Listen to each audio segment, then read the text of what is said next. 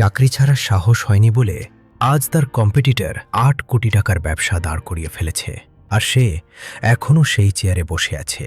২০১৮ সাল, ঢাকার একটা মাল্টিন্যাশনাল কোম্পানি, ৩৫,০০০ টাকা বেতন, ৯ থেকে ৬, শীতাতাপ নিয়ন্ত্রিত অফিস।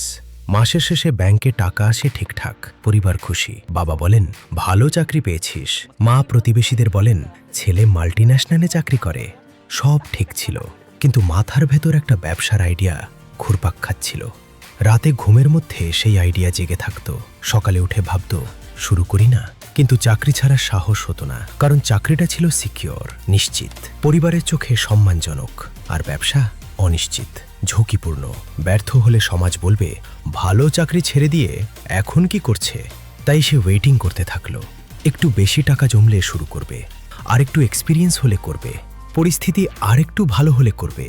কিন্তু সেই আরেকটু কখনো আসেনি। ২০১৯ সালের মাঝামাঝি একদিন লিঙ্কডিনে একটা পোস্ট দেখল। তার সাবেক কলিগেজ একটা স্টার্টআপ শুরু করেছে, একই আইডিয়া, একই মার্কেট। মনটা খারাপ হয়ে গেল, কিন্তু মনে মনে ভাবল, ওর টাকা আছে, আমার নেই। আরও ৬ মাস গেল। ২০২০, প্যান্ডেমিক শুরু, অফিস বন্ধ, সবাই ঘরে। সে ভাবল, এখন সময়, এখন শুরু করি। কিন্তু তখন পরিবার বলল, এখন না, এখন সবকিছু আনসার্টেন, চাকরিটা ধরে রাখো। আবার থেমে গেল।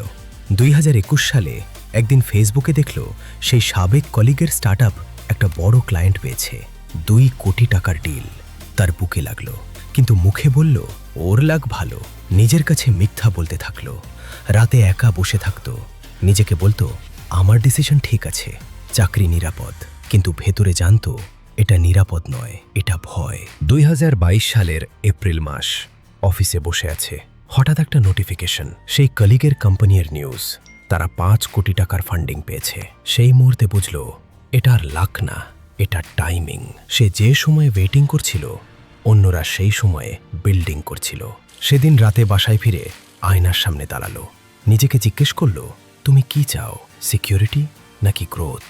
উত্তর জানা ছিল, কিন্তু স্বীকার করার সাহস ছিল না। পরের দিন সকালে অফিসে রেজিগনেশন লেটার জমা দিল।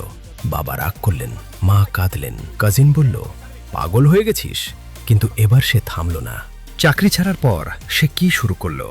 Digital marketing agency, specifically local বিজনেসদের জন্য সোশ্যাল মিডিয়া ম্যানেজমেন্ট আর পেইড অ্যাডস। কেন এটা? কারণ চাকরিতে থাকার সময় সে নিজের কোম্পানির ফেসবুক অ্যাডস হ্যান্ডেল করত, ক্লায়েন্ট অ্যাকুইজিশনের পুরো প্রসেস জানত, কিন্তু কোম্পানির জন্য করত, নিজের জন্য না। এখন ডিসিশন নিল, এই স্কিল দিয়েই নিজের ক্লায়েন্ট তৈরি করবে। প্রথম ৩ মাস ভয়াবহ, কোনো ক্লায়েন্ট নেই, টাকা শেষ হয়ে যাচ্ছে, পরিবার মুখ ভার করে আছে, রাতে ঘুম আসতো না, মনে হতো ভুল ডিসিশন নিয়ে ফেলেছি। কিন্তু থেমে থাকেনি, প্রতিদিন ১৫ ঘন্টা কাজ করত, শুক্রবার নেই, ছুটি নেই। কিন্তু চতুর্থ মাসে একটা রেফারেল পেল।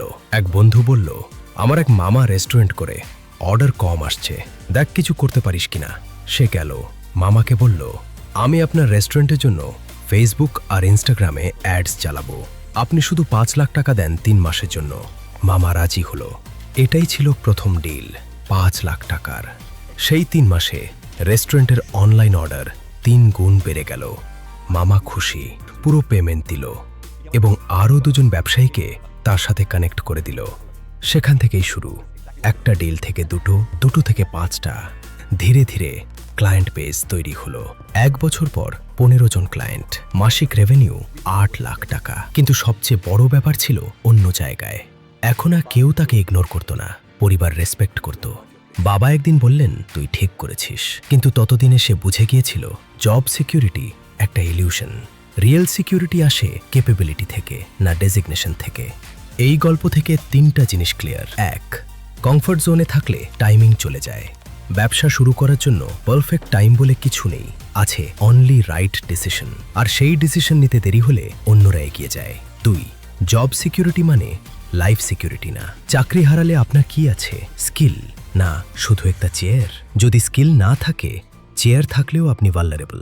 ৩, রিগ্রেট ফেলিওরের চেয়ে পেইনফুল। ফেইল করলে শিখবেন, কিন্তু ট্রাই না করলে শুধু আফসোস থেকে যাবে, আর সেই আফসোস সারা জীবন তারা করবে। এই জায়গায় আপনি হলে কি করতেন? আজ সেই ব্যক্তি যে ডিসিশন নিয়েছিল, সেটা সহজ ছিল না, কিন্তু সেটা ছিল জরুরি। কারণ আপনি যদি আপনার ড্রিমের জন্য রিস্ক না নেন, তাহলে অন্য কেউ সেই ড্রিম নিয়ে বিল্ডিং করবে, আর আপনি শুধু দেখবেন। জব ছাড়তে হবে এমন না, কিন্তু ডিসিশন নিতে হবে। আজ না হলে কাল, কাল না হলে পরশু, কিন্তু একদিন শুরু করতেই হবে। না হলে 5 বছর পর আয়নায় তাকিয়ে নিজেকেই জিজ্ঞেস করবেন, কেন শুরু করিনি? সেদিন উত্তর দেওয়া কঠিন হবে। বিজনেস লেজারে আমরা এমন গল্পই বলি, রিয়েল, গ্রাউন্ডেড, বাংলাদেশি রিয়ালিটি থেকে তোলা। পরের এপিসোডে আরও একটা আননোন জার্নি নিয়ে আসব।